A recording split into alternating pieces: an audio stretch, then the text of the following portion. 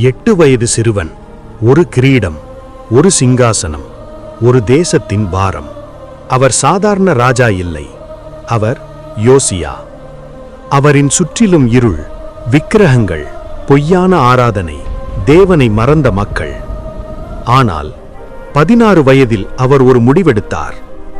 நான் தேவனை தேடுவேன். 20 வயதில் விக்கிரகங்களை நொறுக்கினார், பாலின் பலிபீடங்களை சிதைத்தார், தேசத்தை சுத்தம் செய்தார். ஒரு நாள் தேவாலயத்தில் மறந்து போன சட்ட புத்தகம் கண்டுபிடிக்கப்பட்டது. அது வாசிக்கப்பட்ட போது ராஜா தன் ஆடையை கிழித்தார். ஏனெனில் அவர் உணர்ந்தார், நாம் தேவனிடமிருந்து விலகிவிட்டோம்.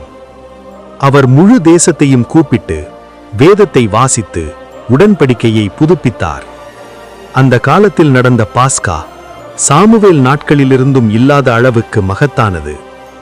யோசியா வயது சிறியது, ஆனால் இருதயம் பெரியது.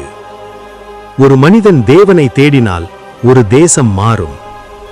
இன்று கேள்வி: நம்முடைய வாழ்க்கையில் விழுந்து கிடக்கும் விக்கிரகங்களை நாம் உடைக்க தயாரா?